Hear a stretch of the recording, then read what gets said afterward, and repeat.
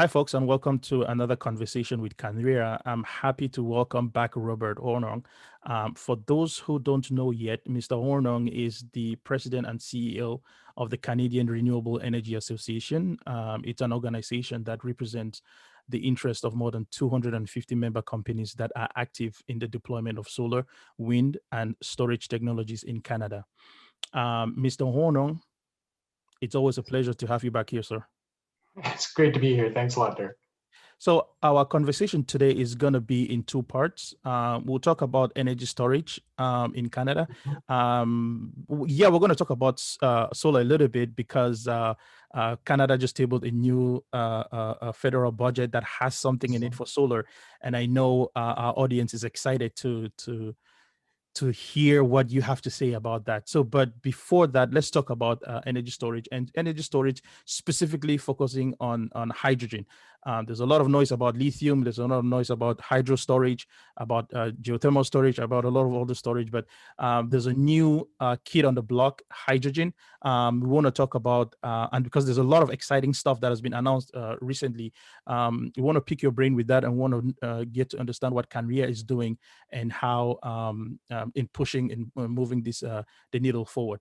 But before we do all that, let's understand CanREA's relationship with storage, because right now CanREA is considering storage, from what I see on your website, as one of the keys. So it's solar, wind, storage. So what is CanREA's mandate related to energy storage? Yeah, you're right. It is absolutely one of the key aspects of our mandate. And really what we're trying to do is strive to take steps to facilitate the increased deployment of energy storage across the country. And we define that pretty broadly. It's energy storage, whether it's deployed at the utility scale or behind the meter, whether it's deployed in conjunction with renewable energy, or it's standalone, or it's co-located with load.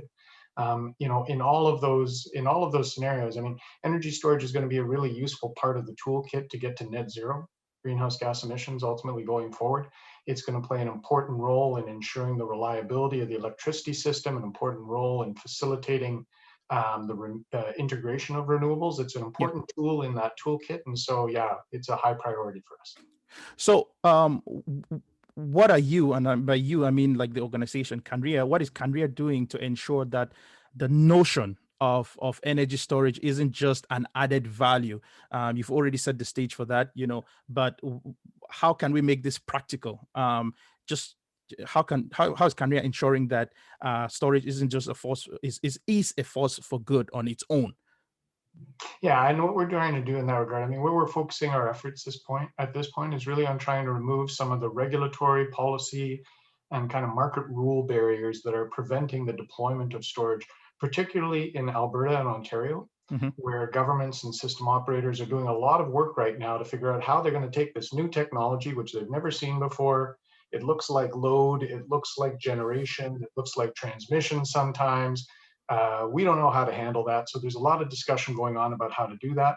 And our objective is to ensure that these technologies can be recognized for the services that they can provide to the grid, that they can be compensated for providing those services as well.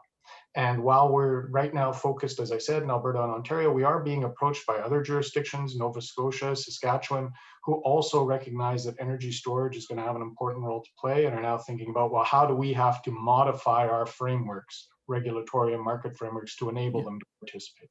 Oh, interesting. So talking about, enabling market sectors to participate, there is this new kid on the block, does hydrogen. And the federal government actually released in December of last year, they released what they call the hydrogen strategy for Canada. I think we don't need to go back into defining what hydrogen is. I think most people can Google it and they'll figure out how it works, how the technology works, and everything else. But let's talk about this hydrogen strategy for Canada. So basically, it's a document that points to a green hydrogen economy in Canada by 2050. But my issue with this document is it doesn't tell us how we would get there. So here's my question. Is this strategy just hot air? So I would argue, no, it's not hot air, but it's also not an implementation strategy. Okay. So the hydrogen strategy, I mean, hydrogen does have tremendous potential in this country. It's a tremendous opportunity for renewables as well. The hydrogen strategy as defined right now is mainly pointing out directions and saying these are the things we have to work on if we're going to enable this. There's now been a whole series of working groups established under the hydrogen strategy, which Okay. are looking at implementation issues in terms of supply, in terms of transmission, in terms of regulation, in terms of demand. So right now we don't have an implementable strategy, but I do think we have a serious effort to design one. And we and many other organizations are active and participating in that process. So when you say groups have been created, you mean within CanREA or within at the federal level? No, at the federal level, there are multi-stakeholder discussions around a whole range of issues related to hydrogen that are rolling out this year with the goal of contributing sort of, I guess, the key elements of that strategy going Mm, forward. okay. So And which, so sorry, I cut you there. no, I was just going to say one more thing.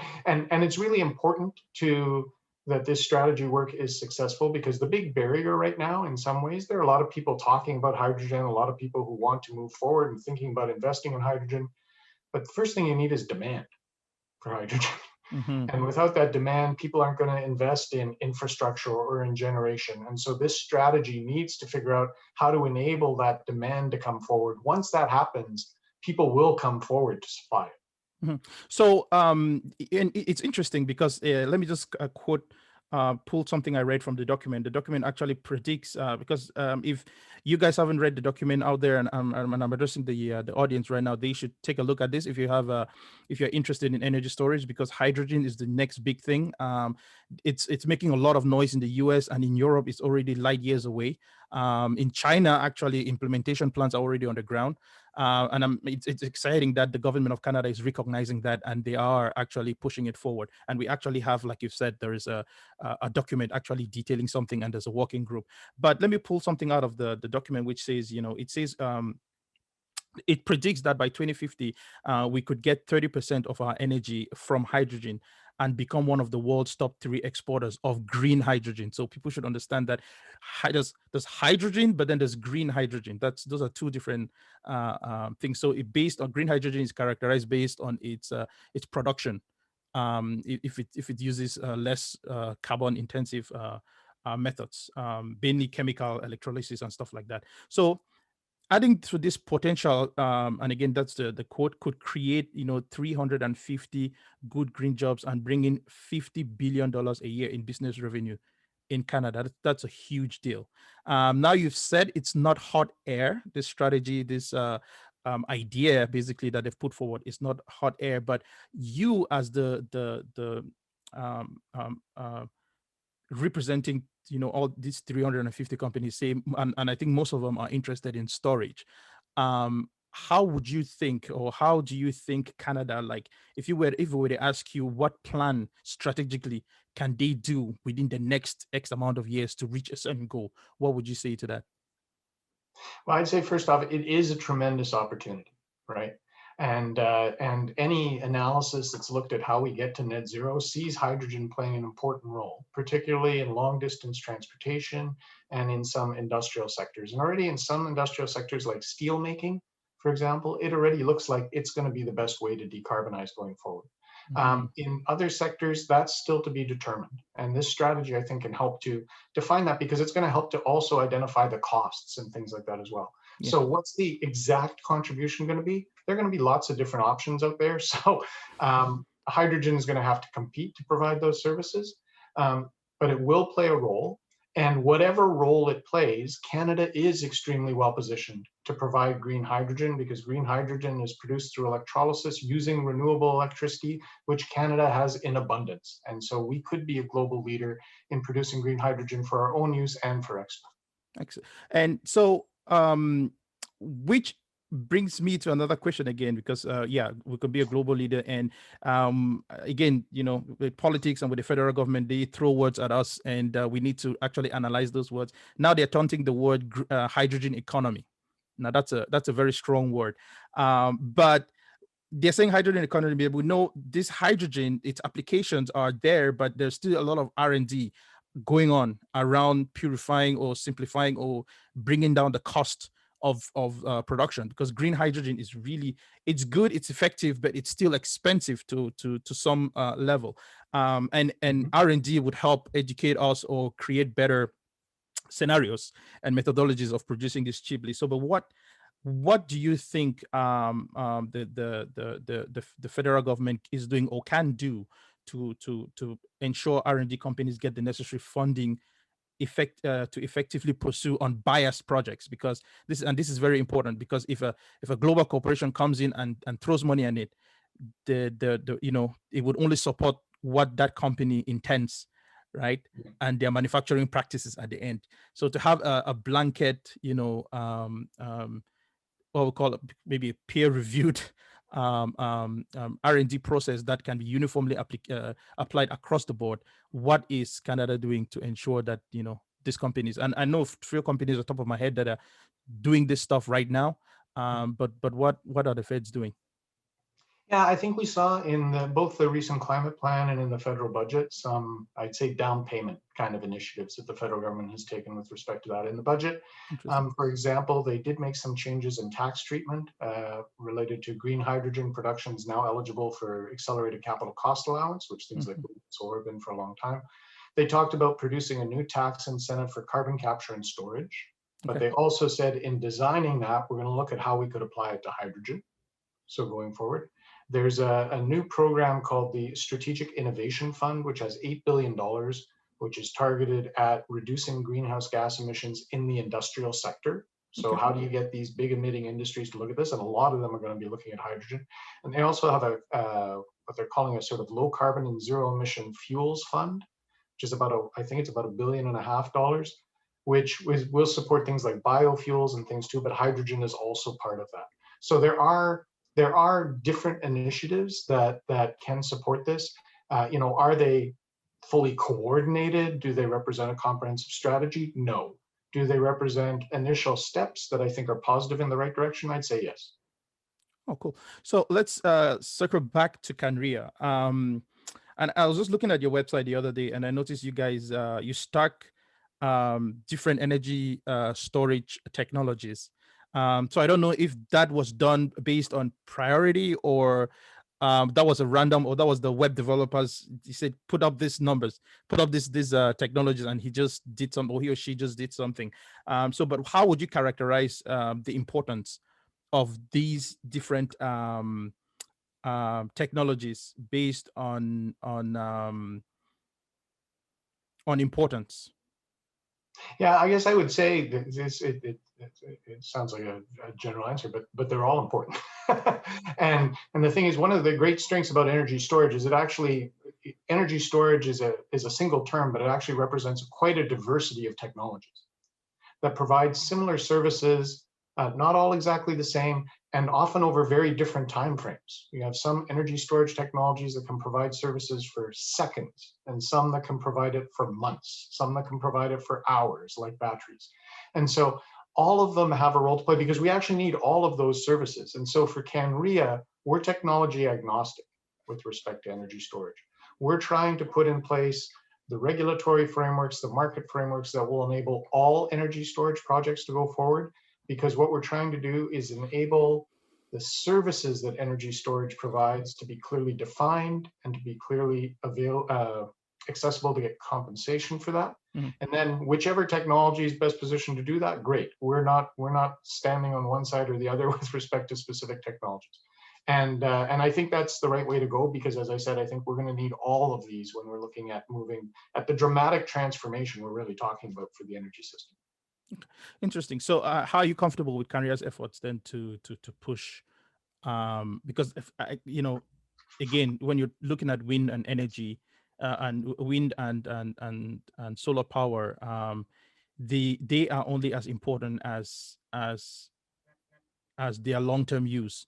Long-term, I mean, sun shining, solar, wind blowing, wind. But if you can store this long-term, that's the only better use. But again, storage can function on its own. Homeowners or corporations are now using large scale energy storage to escape the peak billing, right? So what is CanREA doing right now to ensure that we bring storage, or give it the respect, or bring it to the level, or grow it as much as needed? Yeah, I mean, I think there's two aspects to that. Well, actually, maybe even three aspects. So one is simply education. in terms of talking to system operators and utilities about this is energy storage, this is what it can do. Then advocacy to say, these are great technologies. A lot of people would love to move forward with these technologies. The reason this isn't happening is because you either don't recognize this service, you don't provide value for this, somebody doesn't have an economic incentive to put this onto the grid. So can you provide that incentive? If you do that, you're going to get all these benefits that arise from that. And I think the positive thing that we're seeing is that there's receptivity to that. Like I said, in Alberta and Ontario, there's really active work underway to try and remove barriers and create those frameworks. There is growing sort of pressure from customers, right, to have these options and have access to these technologies. You look at the Alberta electricity system queue, there's a whole bunch of storage projects waiting to get connected, but needing these frameworks to be finalized so that they can finalize their economics and move forward. So, and if you look around the world, and I mean, in the US in particular, energy storage is booming. You know, and when you tie it back into the wind and solar discussion, I mean, you don't see, well, increasingly, I would say, you don't see anybody talking about building a solar project, for example, without thinking about storage. Correct. You Correct. also see a lot, an increasing focus on wind storage hybrid projects as well. Solar, even in the home, solar and storage are being paired together regularly now. But storage is also moving forward on its own. And that's great because storage provides storage does not rely on renewables to move forward. Storage provides a whole bunch of value on its own to the grid. And increasingly, I think system operators are aware of that and recognizing that. And I'll just say one last thing. You know, storage has really come up in prominence in the last couple of years. In part, that's because we haven't had the penetration levels of wind and solar in many places that actually have started to cause concerns or issues around reliability. Yeah. So people haven't focused that. But now that we're talking a net zero world, and now that we're talking a world where the future of electricity generation is going to be dominated by wind and solar, then storage has an important role to play. And I fully expect it will play that role going forward. Talking about the future where, you know, our energy is going to be dominated by wind and solar. Well, solar specifically, the massive budget that was tabled a few weeks ago has had a surprise. Well, we expected that coming, but we didn't think it would be an exact word for word. So we have 40K in interest-free loans to homeowners who choose to install solar. Well, it's simple. It explains. It speaks for itself. But what can you say about this? Is there anything you can add about this, specifically just what we read in the budget itself? Well, I guess a couple of things. I mean, the first thing is it's important to remember that it's a program that is targeted at deep energy retrofits. So solar is eligible, but it's not just a solar program, right? I mean, it's also for energy efficiency and everything else. And whoever takes advantage of that loan is going to invest it where they want to invest it in a manner consistent with that. We were very happy to see that solar is going to be part of that, those options that are available there. Our expectation, our understanding is that they're looking to start rolling out this program sometime in the summer. Okay. And it's our hope that once the budget has been passed, that we'll see more information about the eligibility requirements, the application guidance, and things like that. We don't know if there will be much in the way of consultation around the design of those things. We hope there will be. We're advocating to have an opportunity to have input into that. But we do expect that, yeah, we'll see this rolling out not in the too far distant future. And, you know, and I guess, you know, there's a chance, I suppose, you know, there's always a chance would the budget not pass or something like that. I think that's pretty unlikely given so much of the budget is focused on economic recovery, on still addressing the COVID challenge. Build back better. There'll be broad support to see this move forward, I think. So you're very comfortable this is going to pass? Yes. Oh, cool. Well, your assurance make me very assured. So let's chip in a little bit into this budget. So when I read the budget, it says that, and this is just for folks, because I got a lot of questions about this, is so how would this work specifically? So we have the 40K, because from what I understand is the loan, the money is going to be the loan system or the loan scheme is going to be administered by a separate entity, right? And homeowners would apply, or would it be installers applying? And then who's going to approve it? I know Energy Guide has a role to play in it. So how would this work specifically if So, and the honest answer is I can't answer that yet, because I oh, think okay. that's part of the information that still has to come out in terms of the, as I said, the eligibility sort of criteria, and how the application process is going to work is not yet public. We don't have a sense of that. Okay. We hope, I mean, we've certainly seen programs like this, particularly at the provincial level. Nova Scotia, Alberta, for example, both had programs where, in essence, energy efficiency programs have helped facilitate significant investment in solar going forward. And we're certainly encouraging the government to look at those programs and learn from those programs, because those have been quite successful going forward. But again, we don't know yet what decisions will be taken in that regard. So what is, from your experience, what is hindering? And you've mentioned that you don't know if they're going to have consultations, but because to me, it's just going to be ridiculous if they move forward without consulting with the industry. But what is like, what would act as a hindrance to this consultation not happening? Or is it they are just rushing to push this out and they don't have time to meet? Or is it they have enough experts that can inform on this? Or, you know, I would expect the biggest pressure that they're under is to move quickly. Eh? Okay. Yeah. So we will see. It's a fine line, right? If you move too quickly and you haven't done consultation, therefore it doesn't work. Yeah. That wasn't really worth it. So as I said, we are advocating and saying, look, just give us an opportunity to weigh in and to help, so that we can avoid any red flags or any big problems there.